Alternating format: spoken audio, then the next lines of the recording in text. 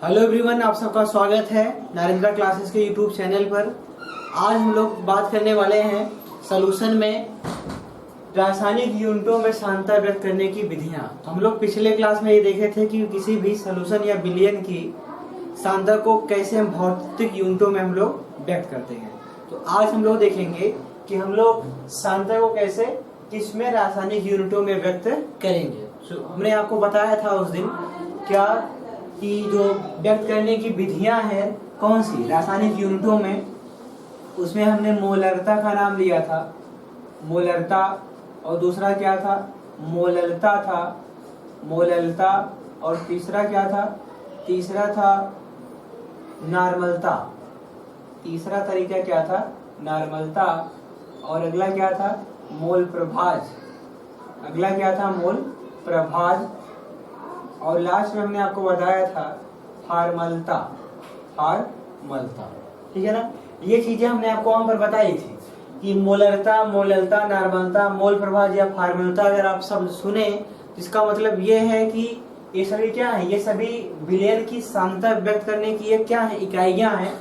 तो मोलरता के रूप में हम, मोललता के रूप में, नॉर्मलता के रूप में, मोल प्रभाज के रूप में और फार्मलता के रूप में हम किसी विलयन की रासायनिक यूनिटों के रूप में क्या करते हैं, कंसंट्रेशन यानी सांद्रता को बताते हैं। ठीक है, तो चलिए एक एक करके हम लोग देखते हैं कि मोलरता क्या है, मोललता क्या है, नॉर्मलता क्या है, मोल प्रभाज क्या है और फार्मलता क्या है। ठीक है, तो जल्दी से क्या करिए, यदि आप हमारे चैनल पर नए हैं तो हमारे चैनल को आप प्लीज सब्सक्राइब कर लीजिए, जिससे आपको सारी क्लास का नोटिफिकेशन आपको मिलता रहे।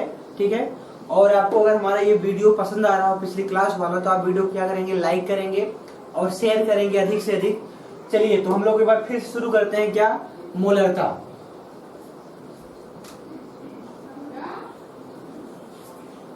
चलिए मोलरता, आप हेडिंग लिखिए मोलरता। ठीक है,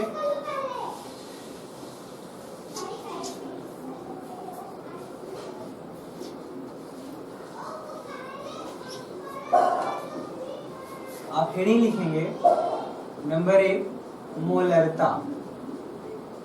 मोलरता को क्या कहते हैं, मोलैरिटी। ठीक है, विलयन की मोलरता यानी कि मोलरिटी से क्या मतलब है। तो मोलरिटी का मतलब यह है कि जैसे आपको पता है किसी भी पदार्थ का एक मोल, एक मोल का मतलब कि किसी पदार्थ की उतनी मात्रा जिसमें उसके अणुओं, परमाणुओं या आयनों की संख्या कितनी हो, 6.022 गुणे 10 की घात है कितना, 23। यानी कि आपको पता है क्या कि एक मोल बराबर 6.022 गुणे 10 की घात है कितना, 23। इतने कण अगर किसी पदार्थ में है, हम बोलेंगे पदार्थ कितना है हमारा, 1 मोल है। ठीक है, हम किसी पदार्थ की उतनी ग्राम में मात्रा ले लें जिसमें उसके कणों की संख्या कितनी हो, इतनी हो, तो उसको हम बोलेंगे हमारा पदार्थ कितना है, 1 मोल। ठीक है ना। तो अब हम लोग क्या करेंगे, मोलरता और मोललता या नॉर्मलता को समझने से पहले हम लोग क्या करेंगे, पहले मोल के बारे में जान लेते हैं। ठीक है, तो एक मोल बराबर जैसे मैंने बोला 6.022 × 10⁻23 पार्टिकल्स होंगे। अब जैसे अगर हमारा पदार्थ क्या है, अगर वह परमाणुओं के रूप में है तो इतने परमाणु होंगे, अणुओं के रूप में इतने क्या होंगे, अणु होंगे। अगर वो आयनों के रूप में इतने क्या होंगे, इतने ही आयन होंगे। ठीक है, अब चलते हैं, अब यहां से देखिए अब फिर कैसे निकालेंगे मोलों की संख्या। तो अगर आपको पदार्थ की मात्रा दी है तो एक छोटा सा फार्मूला आप नोट कर लो, मोलों की संख्या बराबर जिस पदार्थ के आप मोलों की संख्या निकाल रहे हैं उस पदार्थ का भार आपको मालूम होना चाहिए। पदार्थ का भार बटे क्या हो जाएगा, उस पदार्थ का अनुभार, तो क्या निकल आएगा, मोलों की संख्या को n से नोट करते हैं तो n बराबर उस पदार्थ का भार स्मॉल w अपान पदार्थ का क्या, अनुभार कैपिटल M। तो n बराबर हो जाएगा W/m, ये हो जाएगी मोलों की संख्या। जैसे अगर आपको दिया हो, जैसे एग्जांपल लें हम लोग कि दिया है कि NaCl सोडियम क्लोराइड का 5.85 ग्राम मात्रा दी गई है। सोडियम क्लोराइड की 5.85 ग्राम मात्रा दी गई है। आप बताओ कि सोडियम क्लोराइड के 5.85 ग्राम में उसके कितने मोल उपस्थित हैं, कितने उसके मोल उपस्थित हैं। तो आप लोग क्या करेंगे, तो यहाँ पर करना क्या है, यही सूत्र लगाना है। तो पहले आपको मालूम होना चाहिए कि सोडियम क्लोराइड का परमाणु भार कितना है, ठीक है।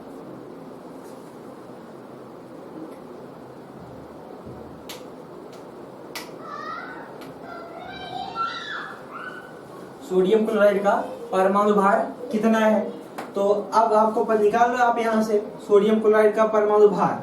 तो इस NaCl है, NaCl सोडियम का कितना होता है 23, क्लोरीन का 35.5 होता है। अब यहाँ से आप निकालेंगे तो कितना आएगा 58.5। तो ये सोडियम क्लोराइड का क्या मिल गया आपको, अणुभार मिल गया, ठीक है। तो अब यहाँ से निकाल लो आप मोलों की संख्या। तो मोलों की संख्या N बराबर स्मॉल w अपान कैपिटल M। तो भार कितना दिया गया है 5.85 ग्राम और इसका अणुभार कितना है 58.5। तो यहाँ से आप देखेंगे, आप भाग दो कितना आएगी वैल्यू, भाग देने पे वैल्यू आएगी 0.1 मोल, 0.1 मोल, ठीक है। तो 5.85 ग्राम में सोडियम के 0.1 मोल क्या होंगे, उपस्थित होंगे। बात समझ में आ रही है ना। तो चलिए, तो ये तो हो गया मोलों की संख्या निकालने का तरीका। अब हम लोग चलते हैं मोलरता की तरफ। तो आप हेडिंग लिखे हैं मोलरता। अब देखते हैं मोलरता क्या है। तो मोलरता का मतलब ये है कि बिलियन के 1 लीटर में, आपका बिलियन कितना होना चाहिए 1 लीटर। तो बिलियन के 1 लीटर में विलेय के कितने मोल उपस्थित हैं, तो उसी मोलों की संख्या को ही क्या कहते हैं, विलियन की मोलरता कहते हैं, विलियन की मोलरता कहते हैं। तो आप लिख लो, बिलियन के 1 लीटर में उपस्थित विलेय के मोलों की संख्या विलियन की मोलरता कहलाती है, विलियन की मोलरता कहलाती है, ठीक है। इसको सामान्यतः कैपिटल एम, इसे सामान्यतः कैपिटल एम से प्रदर्शित किया जाता है, ठीक है। तो फार्मूला यहाँ से क्या बनेगा, तो विलेयन की मोलरता बराबर, विलेयन की मोलरता बराबर विलेय के मोलों की संख्या, विलेय के मोलों की संख्या, मोलों की संख्या बटे क्या होता है, विलेयन का आयतन, विलेयन का आयतन किसमें, लीटर में, विलेयन का आयतन लीटर, ठीक है। ये होती है मोलरता। तो मोलरता बराबर विलेय के मोलों की संख्या बटे विलेयन का आयतन लीटर में। अब आपको हमने बताया था कि विलेय के मोलों की संख्या बराबर, हमने भी क्या बताया था, अभी आपको ये बताया गया था कि कोई भी पदार्थ है उसके मोलों की संख्या, तो विलेय के मोलों की संख्या बराबर क्या हो जाएगा, बराबर हो जाएगा यानी n बराबर उसका भार, यानी विलेय का भार या द्रव्यमान, तो विलेय का द्रव्यमान बटे क्या हो जाएगा, विलेय का अणुभार, विलेय का अणुभार।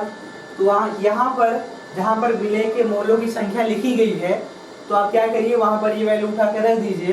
तो क्या हो जाएगा, तो हो जाएगा विलेय के मोलों की संख्या, तो बराबर क्या हो जाएगा, विलेय का द्रव्यमान। यहाँ पे आप लिख सकते हो विलेय का द्रव्यमान बटे क्या, विलेय का अणुभार, विलेय का अणुभार बटे क्या हो जाएगा, यही विलेयन का आयतन।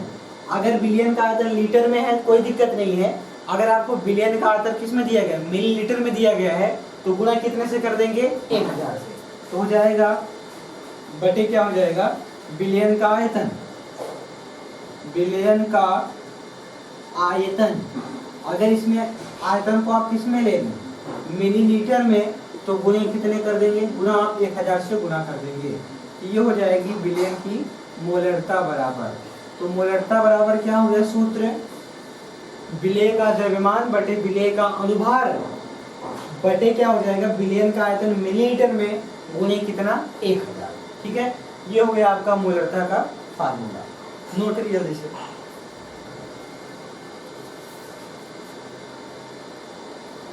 ठीक है, नोट हुआ। अब देखिए, अगर हमारे पास 1 लीटर विलेयन है, हमारे पास कोई 1 लीटर विलेयन है और उस बिलियन के 1 लीटर में पदार्थ के कितने मोल उपस्थित हैं? 1 मोल उपस्थित हैं। कितने मोल उपस्थित हैं? 1 मोल। तो अगर 1 लीटर बिलियन में पदार्थ का 1 मोल उपस्थित होगा तो उस बिलियन को हम कहते हैं मोलर बिलियन। क्या कहते हैं? Molar billion. ये एग्जाम में आपके पूछा गया है, ठीक है। तो कि मोलर बिलियन किसे कहते हैं? तो आप एक लाइन लिख लो, लिख लीजिए, यदि 1 लीटर बिलियन में, यदि 1 लीटर बिलियन में विलेय का 1 मोल उपस्थित हो, यदि 1 लीटर बिलियन में विलेय का 1 मोल उपस्थित हो तो विलयन मोलर विलयन कहलाता है। तो विलयन मोलर विलयन कहलाता है। तो विलयन मोलर विलयन कहलाता है, ठीक है। अब देखिए, यहां से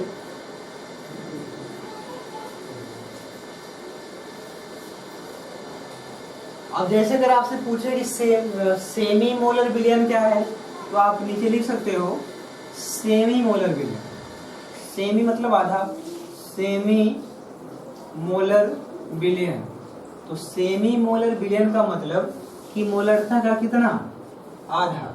तो उसको बोलेंगे सेमी मोलर विलयन, ठीक है। और देसी मोलर आपसे पूछे मिली मोलर विलयन क्या है? मिली मोलर विलयन का मतलब क्या है? तो आप क्या करोगे? मोलरता बटे कितना कर दोगे? 100। क्या हो जाएगा? मिली मोलर विलयन हो जाएगा, ठीक है ना। मिली मोलर में कितना हो जाएगा? 1000 बटे कितना हो जाएगा? 1000। और आगे है आपका सेंटीमोलर। हाँ, सेंटीमोलर विलयन, ठीक है। सेंटीमोलर विलयन का मतलब होता है मोलरता का कितना? इतना मोलरता आपकी दी गई हो, उसमें आप क्या करिए? 100 से भाग दे दीजिए, आपको मिल जाएगा सेंटीमोलर विलयन। अब सेंटी के बाद आए डेसी। अगर आपको क्वेश्चन में दिया हो डेसी मोलर विलयन, डेसी मोलर विलयन, तो क्या करेंगे? दी गई मोलरता में 10 से क्या करेंगे? भाग देंगे। दी गई मोलरता में 10 से भाग दे देंगे तो डेसी मोलर विलयन कहलाएगा। ये बातें आपको नोट कर लो। तो सेमी का मतलब आधा, तो मोलरता का बटे कितना हो जाएगा? 2। और मिली मोलर विलयन दिया हो तो मोलरता का बटे कितना? 1000। सेंटीमोलर होगा तो मोलरता का बटे 100। अगर डेसी मोलर विलयन दिया है तो हम मोलरता में क्या करेंगे? 10 से भाग देंगे। ये हो जाएगी आपका सेमी, मिली, सेंटी और डेसी मोलर विलयन, ठीक है। तो ये तो हो गई मोलरता। अब दूसरी हेडिंग आप लिखो मोललता। दूसरी हेडिंग आप लिखें मोललता। इसको कहते हैं मोललिटी। क्या कहते हैं इसे? मोललिटी। और इसे सामान्यतः स्मॉल एम से प्रदर्शित करते हैं।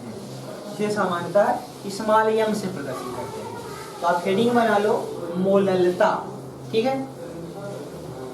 Molality of solution, molality of solution. अब यहाँ ध्यान देना, यहाँ थोड़ा सा डाउट रहता है बच्चों को, ठीक है। यहाँ पर थोड़ा सा ध्यान देना है। यहाँ पर आपको ध्यान ये रहना है कि यहाँ पर आपको विलयन का आयतन नहीं लेना है, ठीक है। यहाँ पर क्या करना है? यहाँ पर आपको बताना है कि विलायक के 1 किलोग्राम, हमारा विलायक कितना होगा जिसमें हम विलेय को बोल रहे हैं? 1 किलोग्राम होना, ठीक है। तो विलायक के 1 किलोग्राम में उपस्थित विलेय के ग्रामों की, विलेय के मोलों की संख्या, विलेय के मोलों की संख्या विलयन की मोललता कहलाती है। आप चाहो तो लिख लो, जल्दी से लिख लो। विलायक के, या ऐसे आप बोल दो 1 किलोग्राम विलायक में विलीन यानी कि उपस्थित विलीन विलेय के मोलों की संख्या, विलेय के मोलों की संख्या विलयन की क्या कहलाती है? मोललता। विलयन की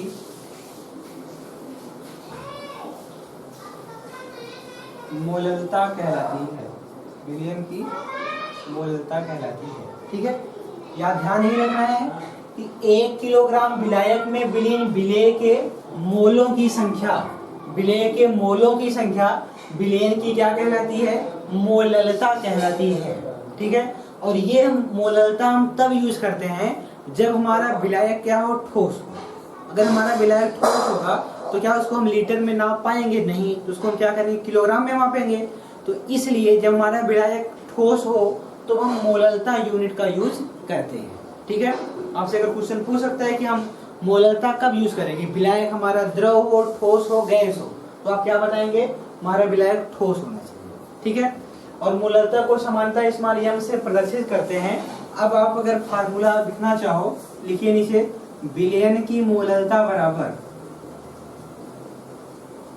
विलयन की मोललता बराबर क्या हो जाएगा, विलेय के मोलों की संख्या,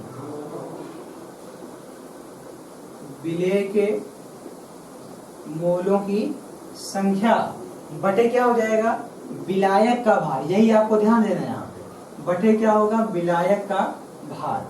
किसमें, किलोग्राम, विलायक का भार किलोग्राम, ठीक है। विलायक का भार किलोग्राम में, यही आपकी क्या होती है, विलयन की मोललता होती है, विलयन की मोललता। तो विलयन की मोललता का फार्मूला है विलेय के मोलों की संख्या बटे विलायक का भार, किसमें, किलोग्राम, ठीक है।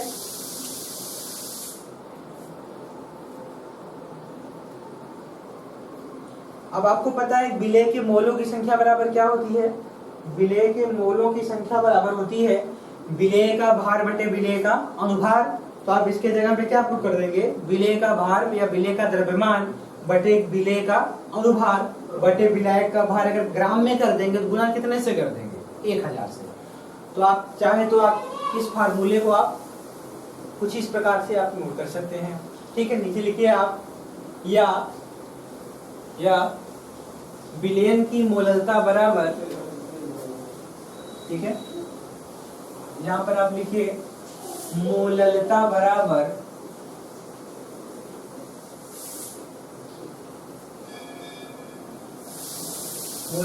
क्या हो जाएगा,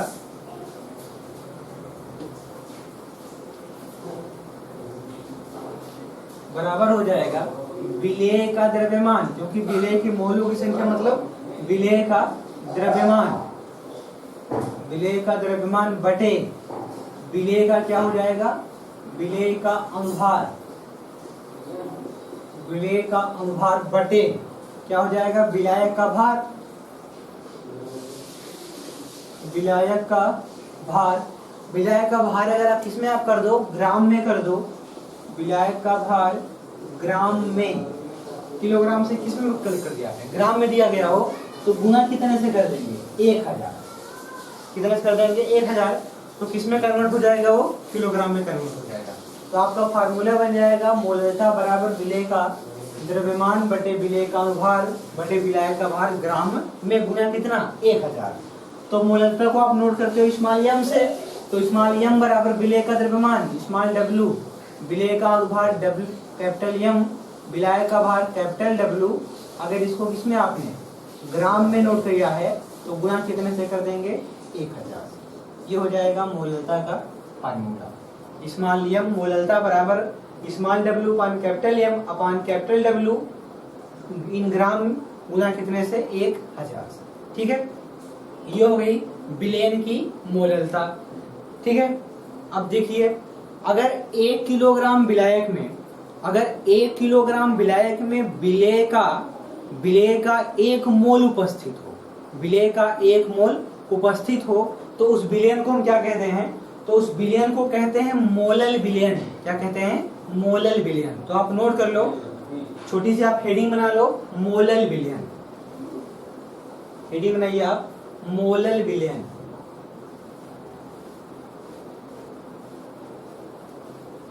मोलल विलयन नोट करिए, इसमें मोलल विलयन में, मोलल विलयन, मोलल सॉल्यूशन या मोलल विलयन का मतलब क्या है लिखना। यदि 1 किलोग्राम विलायक में, यदि 1 किलोग्राम विलायक में विलेय का 1 मोल उपस्थित हो, यदि 1 किलोग्राम विलायक में विलेय का 1 मोल उपस्थित हो तो विलयन मोलल विलयन कहलाता है। तो विलयन मोलल विलयन कहलाता है। समझ गए ना? यानी आपका विलायक कितना होना चाहिए? विलायक होना चाहिए 1 किलोग्राम और विलेय उसमें कितना मिला होना चाहिए? 1 मोल। कितना? 1 मोल। तो उस विलयन को हम क्या बोलेंगे? तो उस विलयन को हम बोलेंगे मोलल विलयन। क्या बोलेंगे? मोलल विलयन। क्लियर हुआ? अब अगर हम कहें कि सेमी मोलर, सेमी मोलर, मिली मोलर, सेंटी मोलर या डेसी मोलर, तो आप क्या समझोगे? क्या समझोगे आप अगर आपसे कहा जाए कि सेमी मोलर का मतलब क्या है? सेमी मोलर विलयन का मतलब क्या है? तो आप क्या करोगे? इस मोलरता माने स्मॉल m को किससे? 2 से डिवाइड कर दोगे। अगर आपसे कहा जाए कि बताओ मिली मोलर विलयन क्या है? मिली मोलर विलयन, तो मोलरता में क्या करोगे आप? 1000 से डिवाइड कर दोगे तो मिली मोलर विलयन आपको मिलेगा। अगर आपको क्वेश्चन में दिया हो सेंटी मोलर विलयन, सेंटी मोलर विलयन, तो सेंटी मोलर विलयन में क्या करेंगे आप? मोलरता का बटे कितना कर देंगे? मोलरता का बटे 100 कर देंगे, हो जाएगा सेंटी मोलर विलयन। अगर आपको क्वेश्चन में दिया हो डेसी मोलर विलयन, डेसी मोलर विलयन, तो स्मॉल m बटे कितना हो जाएगा? स्मॉल m बटे 10 हो जाएगा डेसी मोलर विलयन। ये हो गई क्या? ये कई तरह के क्या हो गए? ये मोलर विलयन हो गए। इसको आप जल्दी से नोट कर लो।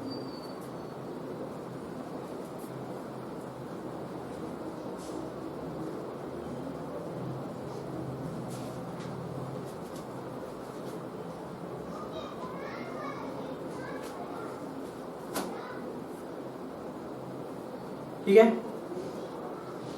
नोट हुआ? अब आप हेडिंग लिखिए, एक हेडिंग बनाइए, नॉर्मलता, विलयन की नॉर्मलता। तीसरी यूनिट है। विलयन की सांद्रता रासायनिक यूनिट में व्यक्त करने का तीसरा तरीका क्या है? नॉर्मलता। आप हेडिंग लिखिए, विलयन की नॉर्मलता, बहुत ही महत्वपूर्ण है। ठीक है, अभी मैं आपको क्वेश्चन बताऊंगा कि कौन सा क्वेश्चन इससे पूछा गया और कौन से ईयर में पूछा गया है। अब आप नोट करिए जल्दी से, नॉर्मलता, विलयन की नॉर्मलता। ठीक है, लिख लो आप, विलयन की नॉर्मलता, विलयन की नॉर्मलता मतलब normality of solution, normality of solution. ठीक है, और विलयन की नॉर्मलता को हम लोग कैपिटल एन से प्रदर्शित करते हैं। इससे कैपिटल एन से क्या करते हैं? प्रदर्शित करते हैं।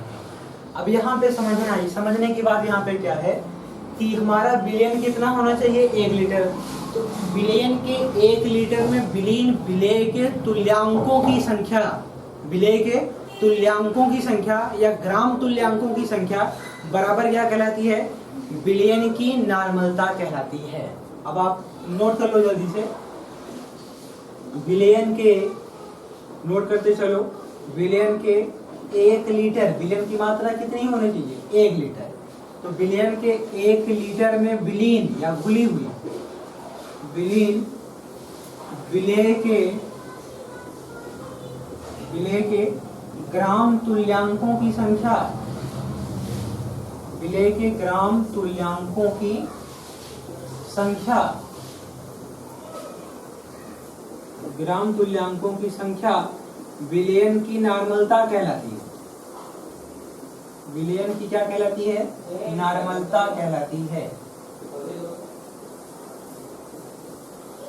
ठीक है, विलयन की नॉर्मलता कहलाती है। आप याद रखना, विलयन के कितने? 1 लीटर में, और क्या में विलेय के ग्राम तुल्यांकों की संख्या, विलयन की क्या कहलाती है?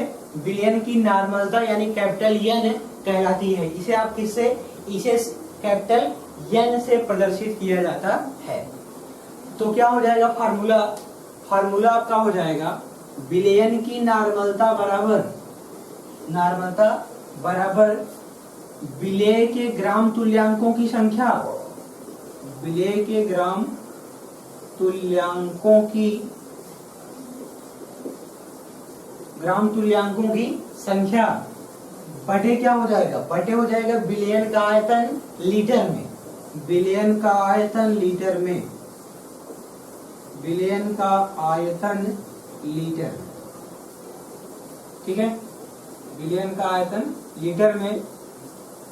अब देखिए, अब यहां पर आपको ये नहीं पता है कि विलेय के ग्राम तुल्यांकों की संख्या कैसे निकालते हैं, तो आप नीचे नोट कर लो जल्दी से, ग्राम तुल्यांकों की संख्या बराबर, नीचे आप नोट करना, विलेय के ग्राम तुल्यांकों की संख्या, ग्राम तुल्यांकों की संख्या बराबर, संख्या बराबर, तो विलेय की जितनी मात्रा दी गई हो, क्या करेंगे, विलेय का भार या विलेय का द्रव्यमान, विलेय का द्रव्यमान बटे विलेय का तुल्यांकी भार, विलेय का तुल्यांकी भार, ठीक है, ये आपको फार्मूला मिल जाएगा। विलेय के ग्राम तुल्यांकों की संख्या बराबर विलेय का द्रव्यमान जितना दिया हो उसमें आप क्या करिए, उस विलेय के तुल्यांकी भार से क्या करिए, तुल्यांकी भार से भाग दे दीजिए, तो क्या मिल जाएगी, विलेय के तुल्यांकों की संख्या। क्लियर है? तो अब क्या करेंगे आप, तो अब जहां पर विलेय के ग्राम तुल्यांकों की संख्या दी गई है वहां पर आप इस वैल्यू को उठाकर क्या करेंगे, रख सकते हैं। तो आपको एक नया फार्मूला मिल जाएगा, आपको नया फार्मूला क्या मिलेगा, विलेय की नॉर्मलता बराबर, विलेय की नॉर्मलता बराबर विलेय का द्रव्यमान बटे विलेय का तुल्यांकी भार बटे क्या हो जाएगा, विलेयन का आयतन लीटर में। अगर विलेयन का आयतन मिलीलीटर में है तो गुणा कितने से कर देंगे, 1000 से, ठीक है। चलो, तो क्या लिखेंगे आप, अब भाई आप उतार लो, तो जहां पर विलेय के तुल्यांकों की संख्या थी वहां पर कितना रखोगे आप, ये वैल्यू, तो हो जाएगा विलेय का भार यानी कि द्रव्यमान, द्रव्यमान बटे विलेय का तुल्यांकी भार, विलेय का तुल्यांकी भार बटे विलयन का आयतन, बटे विलयन का आयतन।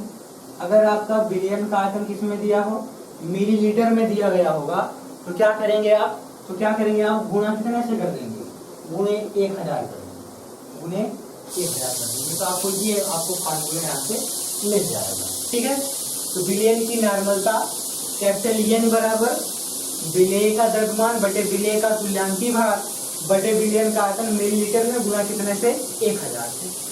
अब देखिए शार्ट में आप इसको लिख सकते हो, कैपिटल एन बराबर विलेय का द्रव्यमान स्मॉल डब्ल्यू, विलेय का तुल्यांकी भार को आप ई से नोट करते हो, इक्विवेलेंट वेट अपान विलयन का आयतन किसमें, लीटर में, हो जाएगा वी मिलीलीटर में, मिलीलीटर में अगर है तो गुणा कितने से कर देंगे आप, 1000 से। ये हो जाएगी क्या, नॉर्मलता निकालने का तरीका, ठीक है। अब सोच रहे होंगे तुल्यांकी भार कैसे निकालें, तो तुल्यांकी भार निकालने का मैं आपको एक सूत्र बता रहा हूं, आप नीचे नोट कर लो, आप नीचे नोट कर लो, पदार्थ का तुल्यांकी भार बराबर, जल्दी से नोट करिए,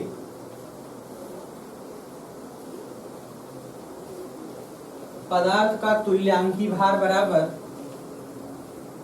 लिखना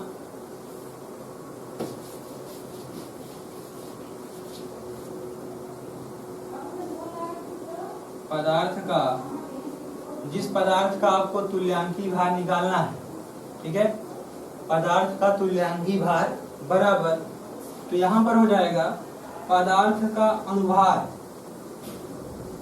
पदार्थ का अनुभार बटे बटे यहां पर हो जाएगा संयोजकता, संयोजकता से आप भाग दे सकते हो, अगर वह अम्ल है तो उसकी क्षारकता से भाग दे सकते हो, क्षारकता से आप भाग दे सकते हो, अगर वह क्षार है तो आप उसकी अम्लता से भाग दे सकते हो, क्षार है तो उसकी अम्लता से आप भाग दे सकते हो, ठीक है। ये पदार्थ का तुल्यांकी भार निकालने का सूत्र है, क्या, पदार्थ का अनुभार बटे संयोजकता या क्षारकता या क्या हो जाएगी, अम्लता।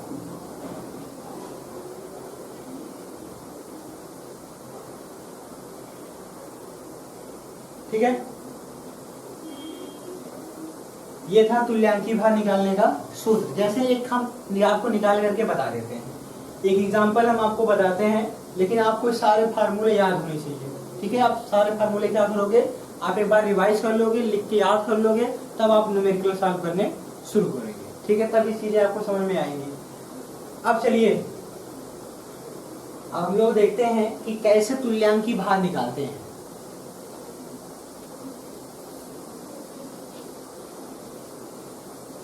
अब जरा ध्यान देना, जैसे मैं बोलूं कि NaOH सोडियम हाइड्रोक्साइड का तुल्यांकी भार क्या होगा, तो आप निकालिए जल्दी से।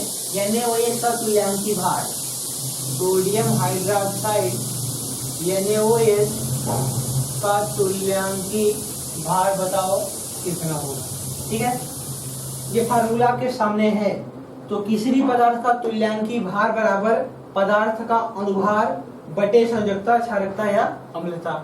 तो अब देखिए आप, तो पदार्थ का अनुभार निकालो आप NaOH का, NaOH का अनुभार निकालो। NaOH है, सोडियम का होता है 23, इसका 16, इसका 1, तो 16 1 17, 7 3 10, 2 1 3 1 4, तो कितना हो जाएगा, तो इसका अनुभार आ जाएगा 40। कितना आ जाएगा, 40। तो आप यहाँ वैल्यू रखो, अनुभार की वैल्यू कितना, 40 बटे संयोजकता। अब देखो सोडियम हाइड्रोक्साइड क्या है, क्षार है, तो इसको आप पानी में जब डिजॉल्व करते हो, पानी में डालते हो, तो NaOH क्या होता है, NaOH टूट जाता है, Na प्लस में प्लस OH माइनस में, Na प्लस में प्लस OH माइनस में।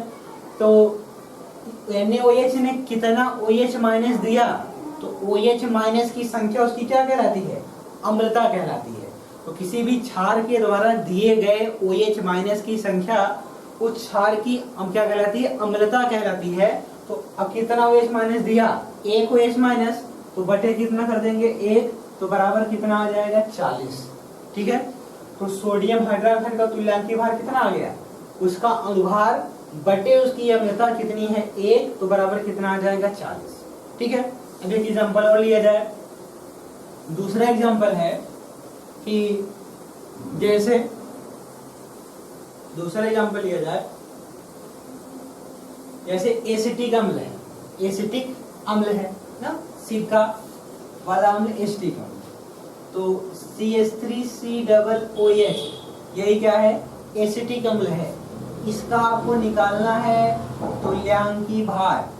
क्या निकालना है, तुल्यांकी भार। तो तुल्यांकी भार बराबर पदार्थ का अनुभार, तो इसका फट से क्या करो आप, अनुभार निकालो।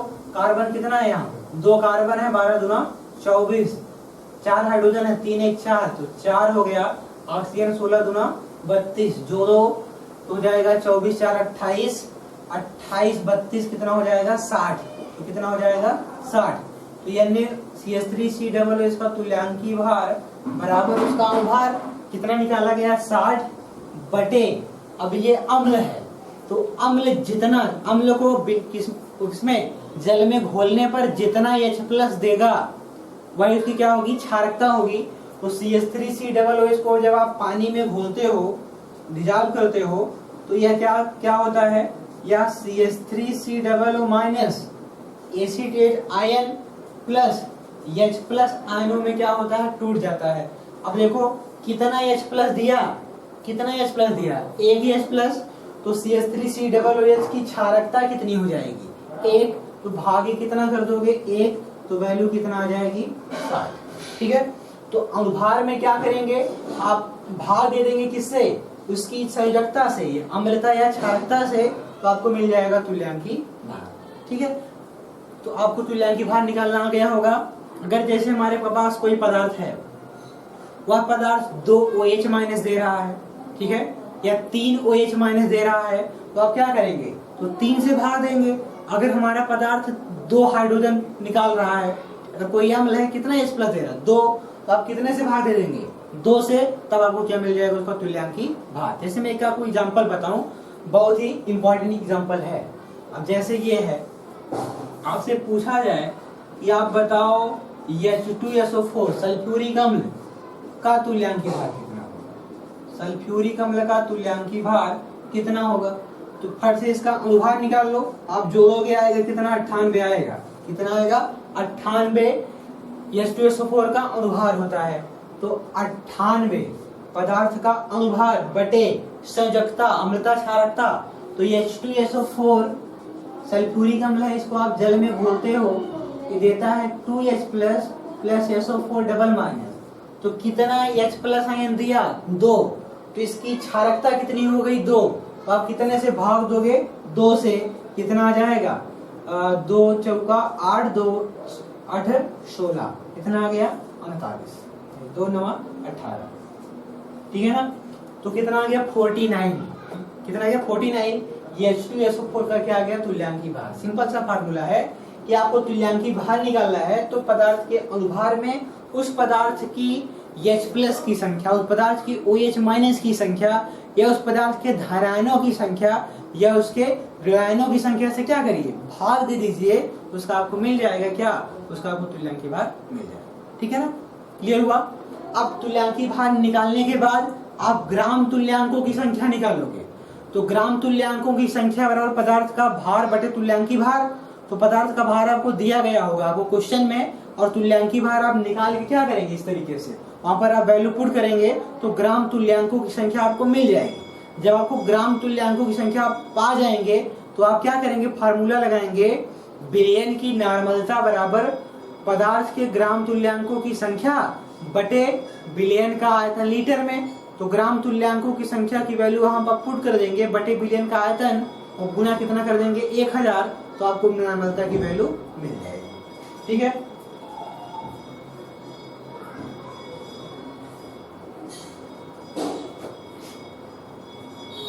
अब जैसे आपको क्वेश्चन में दिया हो सेमी नॉर्मल विलयन क्या है, मिली नॉर्मल विलयन क्या है, सेंटी नॉर्मल विलयन क्या है, और डेसी नॉर्मल विलयन क्या है, तो मोलरता की तरह ही आप क्या करेंगे, आप उसकी नॉर्मलता को सेमी में, मिली में, सेंटी में, डेसी में क्या कर सकते हैं, बता सकते हैं, ठीक है। चलिए देख लेते हैं। अब जैसे दिया है मिली मोलर, मिली नॉर्मल विलयन, तो मिली नॉर्मल विलयन का मतलब क्या हो जाएगा, नॉर्मलता में कितने से भाग देंगे 1000 से। अगर आपको दिया हो सेंटी नॉर्मल विलयन, तो क्या करेंगे, नॉर्मलता में कितने से 100 से भाग दे देंगे। अगर आपको दिया हो देसी नॉर्मल विलयन, तो देसी नॉर्मल विलयन दिया हो तो क्या करेंगे, आप n बटे 10 कर देंगे, n बटे 10 कर देंगे, आपको क्या मिल जाएगा, मिली सेंटी डेसी नॉर्मल विलयन आपको मिल जाएगा। क्लियर है। ये तो हो गई किसकी बात, ये तो हो गई नॉर्मलता की बात। सारे फार्मूले आप याद करते हुए चलिए, क्योंकि बहुत ही महत्वपूर्ण है। यहाँ से आपको क्वेश्चन हर साल जरूर आते हैं, कम से कम आपको 2 नंबर 1 मिनट में आपको दे करके जाएंगे।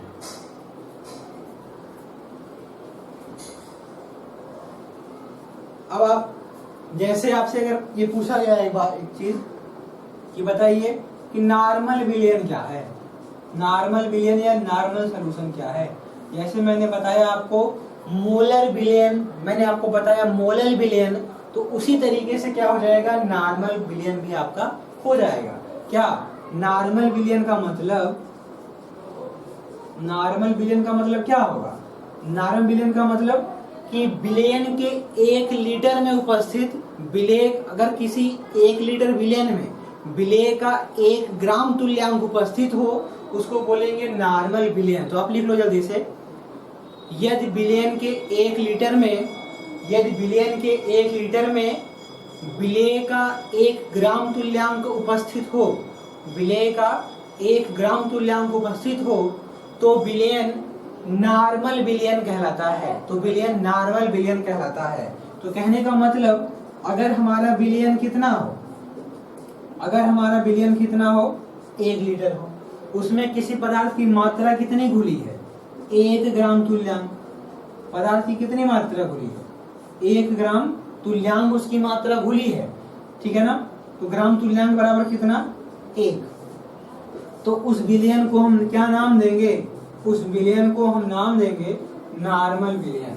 क्या नाम देंगे, नॉर्मल विलेय। ठीक है, चलिए अब आगे हम लोग चलते हैं। तो मोलरता हो गई, मोलरता हो गई, नॉर्मलता हो गई। अब नंबर 4 हम लोग फार्मलता की बात कर लेते हैं। आप चौथी हेडिंग लिखिए, फार्मलता बहुत ही महत्वपूर्ण है, लिखिए जल्दी से हेडिंग लिखिए, विलयन की फार्मलता, विलयन की फार्मलता। अब ये फार्मलता क्या है, फार्मलता का यूज कहाँ होता है, इसका उपयोग कहाँ होता है, लिखिए आप हेडिंग नंबर 4 है विलयन की फार्मलता, फार्मलिटी ऑफ सॉल्यूशन, यानी कि फार्मलिटी। ठीक है, इसको आप कैपिटल F से डिनोट करते हो। ठीक है, फार्मलिटी। अब ये फार्मलिटी कहाँ से आ गया, ये फार्मलिटी, ये जो वर्ड है हम लोग किसके लिए यूज करते हैं, ये हम लोग आयनिक ठोसों के विलयन, अगर आयनिक ठोसों का विलयन है तो उसके लिए हम क्या करते हैं, तो उसके लिए हम लोग फार्मलता का यूज करते हैं, फार्मलता का यूज करते हैं। मैं एक बात आपको बताने चल रहा हूँ, बहुत ही महत्वपूर्ण है, इसको आप जरा ध्यान से समझिएगा। जैसे अगर हमारे पास कोई आयनिक ठोस है, सबसे सिंपल एग्जांपल मैं ले रहा हूँ NaCl, सोडियम क्लोराइड। तो सोडियम क्लोराइड जानते हैं क्या है, नमक है। तो नमक का हमारे पास एक क्या है, पार्टिकल है, टुकड़ा है हमारे पास। तो मान लेते हैं ये हमारे पास ये नमक का क्या है, टुकड़ा है। ठीक है, टुकड़ा है। तो इस नमक के टुकड़े में, इस नमक के टुकड़े में यहाँ पर, तो अब जैसे आप मेरी बात ध्यान समझना, जैसे अगर आप एक गिलास पानी लिए हुए हैं, ठीक है, एक गिलास आपने पानी लिया हुआ है, तो एक गिलास पानी आपका किससे मिलकर बना है, यह जल के अणुओं से मिलकर के बना है, जल के छोटे छोटे अणुओं से मिलकर के बना है। इसमें यानी कि जल क्या होगा, छोटे छोटे इस तरीके से अणुओं के रूप में होगा, यहाँ पर क्या होगा, अणु होगा। लेकिन अगर आप NaCl का क्रिस्टल की बात करें तो NaCl के क्रिस्टल में एक NaCl ऐसे आपका मुक्त रूप में नहीं होगा, जैसे आपका क्या है, जैसे एक जल का अणु आपका ऐसे मुक्त रूप में। ठीक है, तो किसी भी आयनिक पदार्थ में वहां पर, जैसे यहाँ पर अणु है, तो हमारा आयनिक पदार्थ अणुओं के रूप में नहीं पाया जाता है, आयनिक पदार्थ हमारा अणुओं के रूप में नहीं मिलता है। यानी एक अकेले NaCl आप चाहो वहां से निकाल लो तो आप नहीं निकाल सकते, ठीक है ना, मुझसे फ्री नहीं होंगे, क्योंकि वहां पर क्या होते हैं, आयन होते हैं, और धनायन और ऋणायन वो अलग अलग क्या होते हैं, अरेंज होते हैं। ठीक है, तो यानी कि इसके कोई अणु नहीं होते हैं, जब NaCl का कोई अणु नहीं होगा तो इसका कोई भी अणुभार नहीं होगा, इसका कोई भी अणुभार नहीं होगा। तो इसका अणुभार नहीं, इसको हम बल्कि क्या बोलते हैं, इसके लिए हम लोग क्या यूज करते हैं, तो किसी भी आयनिक पदार्थ के भार को व्यक्त करने के लिए हम उसके सूत्र भार का प्रयोग करते हैं। ठीक है, बात समझ में आ गई। और इसके लिए अगर हम किसी आयनिक पदार्थ के मोलों की संख्या निकालें, तो स्मॉल w पान कैपिटल M, तो यहाँ पर कैपिटल M का मतलब अणुभार नहीं, बल्कि यहाँ पर क्या होगा, यहाँ पर होगा फार्मूला मास, माने सूत्र भार। यहाँ पर क्या होगा, फार्मूला मास यानी कि सूत्र भार होगा। बात क्लियर है? तो आप यहाँ पर लिख सकते हो,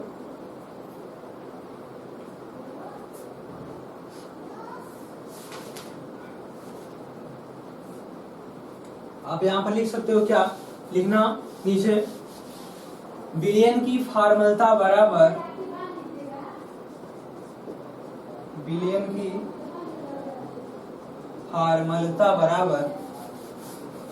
क्या हो जाएगा, विलय के मोलों की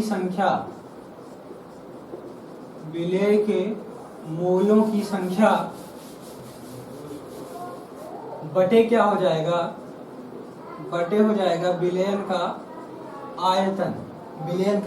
आयतन, किसमें, लीटर में, विलयन का आयतन लीटर। ठीक है, अब देखिए आप यहाँ पर हमारा विलय क्या है, आयनिक ठोस है, तो विलय के मोलों की संख्या बराबर क्या होता है, विलय का द्रव्यमान बटे विलय का अणुभार। लेकिन यहाँ पर आप अनुभार नहीं लिखोगे, यही अंतर है यहाँ पे। विलेय का द्रव्यमान, विलेय के मोलों की संख्या बराबर विलेय का द्रव्यमान बटे आप यहाँ पे लिखोगे क्या, विलेय का सूत्र भार। विलेय का आप यहाँ पे क्या यूज करोगे, सूत्र भार आप यूज करोगे, ठीक है, यही अंतर है। आप यहाँ पर अनुभार ना लिख करके क्या लिखते हैं, सूत्र भार लिखते हैं, और बटे क्या हो जाएगा आपका, विलयन का आयतन। विलयन का आयतन, अगर विलयन का आयतन किसमें है, मिलीलीटर में है, तो गुना कितने से कर देंगे आप, 1000 से। 1000 से तो आपको मिल जाएगी विलयन की हारमलता। विलयन की हारमलता बराबर, ये आपको सूत्र मालूम होना चाहिए। ये हो गई विलयन की हारमलता का सूत्र। क्लियर है? अब हो गया विलयन की फार्मलता हो गई। अब एक ही और बच रहा है यहाँ पे, क्या, विलयन का मोल प्रभाज। हेडिंग आगे लिखिए आप, मोल प्रभाज।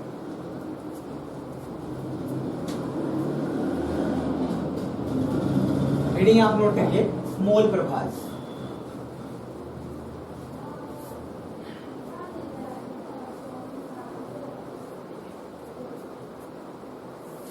हेडिंग आप नोट करो, मोल प्रभाज, बहुत ही महत्वपूर्ण है। इससे भी आपके एग्जाम में क्वेश्चंस आए हुए हैं। मोल प्रभाज, इसको क्या बोलते हैं, इसको बोलते हैं मोल फ्रैक्शन। इसको आप बोलते हो मोल फ्रैक्शन। इसको आप नोट किससे करते हो, इसको आप यक्स, यानी इस तरीके का साइन होता है जिसे चाई बोलते हैं, इसे आप इसी से नोट करते हैं, ठीक है ना। मोल फ्रैक्शन, मोल प्रभाज।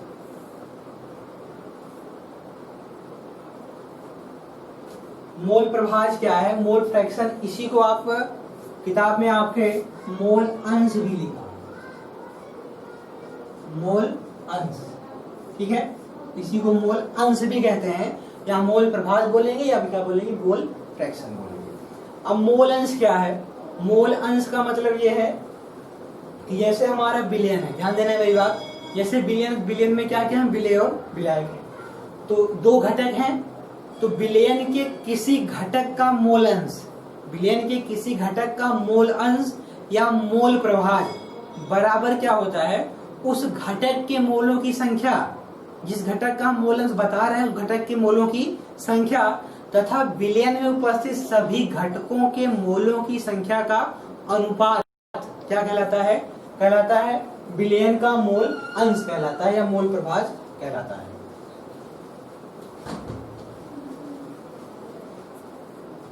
ठीक है, अब लिखना आप, लिख लो आप, विलयन के किसी घटक का मोल प्रभाज, विलयन के किसी घटक का मोल प्रभाज, मोल प्रभाज उस घटक के मोलों की संख्या, उस घटक के मोलों की संख्या तथा विलयन में उपस्थित सभी घटकों के मोलों की संख्या, विलयन में उपस्थित सभी घटकों के मोलों की संख्या का अनुपात होता है, का अनुपात होता है। ठीक है, अगर हम ये माने कि हमारा क्या है, कोई विलयन है, ध्यान देना मेरी बात, हमारे पास कोई विलयन है, अब उस विलयन में दो घटक हैं, एक ए है एक बी है। हमने माना ए हमारा क्या है, विलेय है, और बी हमारा क्या है, विलायक है। ठीक है, बात समझ में आ रही है ना। हमारे पास कोई विलयन है, विलयन में एक घटक ए है एक घटक बी है, घटक ए हमारा विलेय है, बी घटक हमारा क्या है, विलायक है। ठीक है, तो घटक अगर हम बात करें, घटक ए मतलब विलेय, घटक ए मतलब विलेय, ए का मोल प्रभाज, या मोल अंश बराबर, तो मैंने क्या बोला, उस घटक के मोलों की संख्या, तो हो जाएगा घटक ए मतलब विलेय, घटक ए मतलब विलेय के मोलों की संख्या, के मोलों की संख्या बटे क्या हो जाएगा, बटे हो जाएगा विलयन में उपस्थित सभी घटकों के मोलों की संख्या। तो आप लिख लेना क्या, घटक ए के मोलों की संख्या, या ऐसे आप नोट कर लो, विलयन में उपस्थित सभी घटकों के मोलों की संख्या, सभी घटकों के मोलों की संख्या। क्लियर हुई बात? अब देखो तो घटक ए का मोल प्रभाव हम लोग ऐसे नोट करेंगे, एक्स ए, घटक ए का मोल प्रभाव बराबर घटक ए के यानी विलय के मोलों की संख्या। तो मोलों की संख्या को हम लोग स्मॉल एन से नोट करेंगे, एन ए अपान विलयन में उपस्थित सभी घटकों के मोलों की संख्या। तो ए के मोलों की संख्या एन ए, बी के मोलों की संख्या एन बी। तो किसका? तो घटक ए का मोल अंश बराबर ए के मोलों की संख्या बटे ए के मोलों की संख्या प्लस बी के मोलों की संख्या। क्लियर है? अब ऐसे आप नोट कर सकते हो, घटक बी के मोलों की संख्या या घटक बी माने विलायक के का मोल अंश यानी कि मोल प्रभाज बराबर क्या हो जाएगा? इसको हम लोग एक्स बी से नोट करेंगे, बराबर हो जाएगा आपका घटक बी के मोलों की संख्या एन बी बटे कुल मोलों की संख्या किसकी? घटक ए और बी के। तो n A plus N B ये हो जाएगा घटक बी यानी विलायक के मोलों की संख्या। अब जैसे आपसे कहा जाए कि विलेय का मोल अंश बराबर, तो विलेय के मोलों की संख्या बटे विलेय के मोलों की संख्या धन विलायक के मोलों की संख्या। अगर आपसे कहा जाए विलायक के मोलों की संख्या, तो विलायक का मोल अंश बराबर विलायक के मोलों की संख्या बटे विलेय के मोलों की संख्या धन विलायक के मोलों की संख्या। पास में आ गई ना? ये होता है विलयन में किसी घटक का मोल प्रभाव। नोट हुआ? चलो अब एक चीज और आप यहाँ पर ध्यान दो, एक चीज आप और ध्यान दीजिए कि अगर विलयन में हमारे 2 से ज्यादा घटक हैं, हमारे विलयन में कम से कम कितने घटक है? 3 घटक हैं। तो मान लो हमारे विलयन में 4 घटक हैं ए बी सी डी। क्या है? A B C D. तो घटक ए का मोल प्रभाज या मोल अंश क्या हो जाएगा? तो घटक ए का मोल अंश बराबर हो जाएगा घटक ए के मोलों की संख्या बटे कुल घटकों के मोलों की संख्या, यानी कि ए के मोलों की संख्या धन बी के मोलों की संख्या धन सी के मोलों की संख्या धन डी के मोलों की संख्या। ऐसे आपसे पूछे कि बताओ डी का मोल प्रभाज क्या है, तो हो जाएगा डी के मोलों की संख्या बटे ए के मोल ए प्लस बी प्लस सी यानी सभी घटकों के मोलों की संख्या। ठीक है? अब अभी हमने बताया कि एन ए बराबर था या नहीं एक्स ए, घटक ए का मोल अंश बराबर ए के मोलों की संख्या धन ए के मोलों की संख्या धन बी के मोलों की संख्या, तथा घटक बी माने विलायक के मोलों की का मोल अंश बराबर विलायक का मोल अंश बराबर विलायक के मोलों की संख्या बटे विलेय के मोलों की संख्या धन विलायक के मोलों की संख्या, कुल घटकों के मोलों की संख्या। यही ना? तो अगर आपसे पूछा जाए कि विलयन का मोल अंश क्या होता है, विलयन का मोल अंश क्या होता है, या विलयन में उपस्थित सभी घटकों के मोल अंश का योग कितना होता है, तो आप नोट करके लिख लो। नोट लिखना विलयन के सभी घटकों के मोल अंश का योग क्या होता है? 1 होता है। कितना होता है? 1 होता है। बात समझ में आ गई? कैसे? जरा देखिए, तो विलयन में कुल कितने घटक हैं? 2। एक विलायक, एक विलेय है, एक विलायक है। तो विलेय का मोल अंश धन विलायक का मोल अंश दोनों को आप जोड़ लो, N A upon N A plus N B plus हो गया क्या? ए के मोलों की ए का मोल अंश धन बी का मोल अंश n B upon N A plus N B.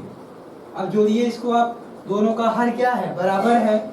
हर बराबर है तो Na प्लस Nb अपान, उतार लेंगे हर को वही, Na प्लस Nb, दोनों वैल्यू क्या है सेम, कट जाए, कितना आ जाएगा 1।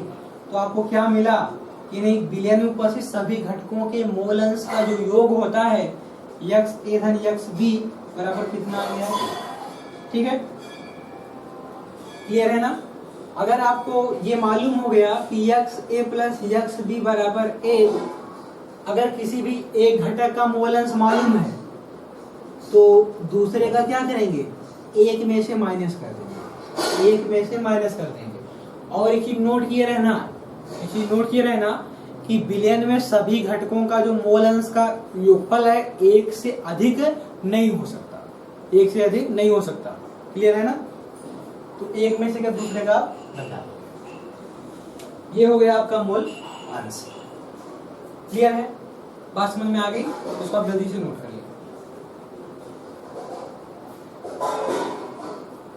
ये तो हो गया मोल अंश।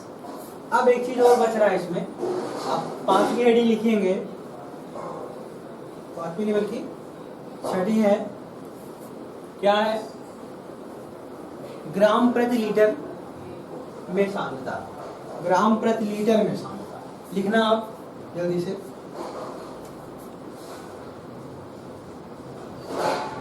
ग्राम प्रति लीटर में सांद्रता, ग्राम प्रति लीटर में सांद्रता, आप नोट कर लो जल्दी से। ग्राम प्रति लीटर में सांद्रता का मतलब यह है कि विलयन के 1 लीटर में उपस्थित, विलयन के 1 लीटर में उपस्थित विलेय के ग्रामों की संख्या बराबर विलयन की ग्राम प्रति लीटर में सांद्रता कहलाती है।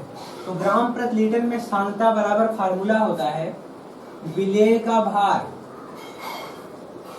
विलेय का भार इसमें ग्राम में बटे हो जाएगा विलयन का आयतन, विलयन का आयतन किसमें, लीटर, विलयन का आयतन लीटर, ये फार्मूला होता है। अगर आप इसी किसमें कर दोगे, मिलीलीटर में गुणा कितने से कर दोगे, 1000 से, या क्या हो जाएगा विलेय का भार, विलेय का भार माने आप द्रव्यमान भी लिख सकते हैं यहाँ पर आप, विलेय का द्रव्यमान। ठीक है, तो विलेय का द्रव्यमान इसमें ग्राम में बटे विलयन का आयतन किसमें कर दो आप, विलयन का आयतन आप कर दो मिलीलीटर में, मिलीलीटर में गुणा कितने से हो जाएगा, तब 1000 से हो जाएगा। ये होती है ग्राम प्रति लीटर में सांद्रता, या आप इसी को कहते हो विलयन की शक्ति, इसी को आप बोलते हो विलयन की शक्ति या स्ट्रेंथ बोलते हो। ठीक है, विलयन की शक्ति क्या है, स्ट्रेंथ क्या है, तो ये फार्मूला होता है, ये फार्मूला होता है। अब जैसे अगर आपको नॉर्मलता दी गई हो, आपको मोलरता दी गई हो, तो आप विलयन की शक्ति कैसे निकालेंगे, तो आपको यहां से मिलेगा एक नया फार्मूला, विलयन की शक्ति बराबर, विलयन की शक्ति या स्ट्रेंथ या ग्राम प्रति लीटर में सांद्रता बराबर क्या हो जाएगा, मोलरता, मोलरता गुणे अनुभार कर देंगे। ठीक है, उस विलयन की मोलरता कितनी है और उसमें जो विलेय है, विलेय का अनुभार कितना है, दोनों का आप गुणा कर देंगे तो विलयन की शक्ति मिल जाएगी। ये फार्मूला यहाँ से मिलेगा। और दूसरा फार्मूला ये है कि विलयन की शक्ति आप तब निकाल सकते हैं जब आपको विलयन की नॉर्मलता मालूम हो, तब भी आप निकाल सकते हैं। तो नॉर्मलता जब मालूम होगा तब क्या करेंगे, नॉर्मलता, और यहाँ पर आपको गुणा करना है किससे, तुल्यांकी भार से गुणा कर देना है, यहाँ पर आपको तुल्यांकी भार से गुणा कर देना है, तो आपको मिल जाएगा विलयन की शक्ति मिल जाएगी, या विलयन की ग्राम प्रति लीटर में सांद्रता आपको मिल जाएगी। क्लियर है, तो आप ये दो फार्मूले आप याद रखेंगे अगर आपको विलयन की शक्ति बतानी है तब, लेकिन जब आपको मोलरता या नॉर्मलता क्या हो दी गई हो। ठीक है, अब यहां से एक फार्मूला और बन रहा है, उसको बता देते हैं आपको। देखिए, हम यदि क्या करें कि विलयन की आपको मोलरता मालूम हो और उसकी नॉर्मलता मालूम हो, तो बिलियन की मोलरता में आप बिलियन की नॉर्मलता से क्या करिए, भाग दे दीजिए। भाग दे देंगे तो आपको मिल जाएगा, तो बिलियन की आपको मिल जाएगी अम्लता या क्षारकता मिल जाएगी।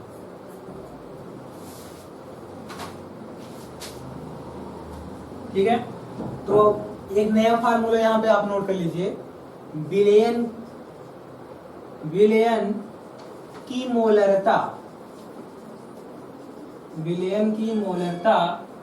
बटे बिलियन की नॉर्मलता, ठीक है, बराबर क्या हो जाएगा, यहां पर आप ध्यान देना, बिलियन की नॉर्मलता बटे बिलियन की मोलरता, और क्या हो जाएगा, बराबर हो जाएगा विलेय का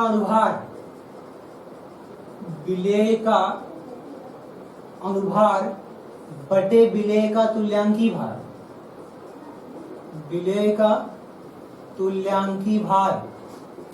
ठीक है, बराबर आपको क्या मिलेगा, यन क्या है, ये है उसकी अम्लता या क्षारकता, आपको यहाँ से मिल जाएगी। ठीक है, तो ये क्या थी, ये सांद्रता व्यक्त करने की ये विधियां थी। आप सांद्रता को रासायनिक यूनिटों में आप 6 तरीकों से आप व्यक्त कर सकते हो। ठीक, कौन कौन सा मैंने बताया, मोलरता, मोललता, नॉर्मलता, और कौन सा आपको बताया, मोल प्रभाज बताया, फार्मलता बताया, और कौन सा, बिलियन की ग्राम प्रति लीटर में सांद्रता यानी बिलियन की शक्ति। तो आप सारे फार्मूले आप क्या करना, आप याद रखना। तो अब नेक्स्ट क्लास में हम लोग क्या करेंगे, अब जितने भी न्यूमेरिकल्स हैं आपके बोर्ड एग्जाम्स में आए हुए हैं या आपके एनसीईआरटी के एग्जाम्पल या क्वेश्चंस हैं, हम लोग क्या करें, अगली क्लास में सारे प्रॉब्लम को हम लोग सॉल्व करेंगे। ठीक है, थैंक यू।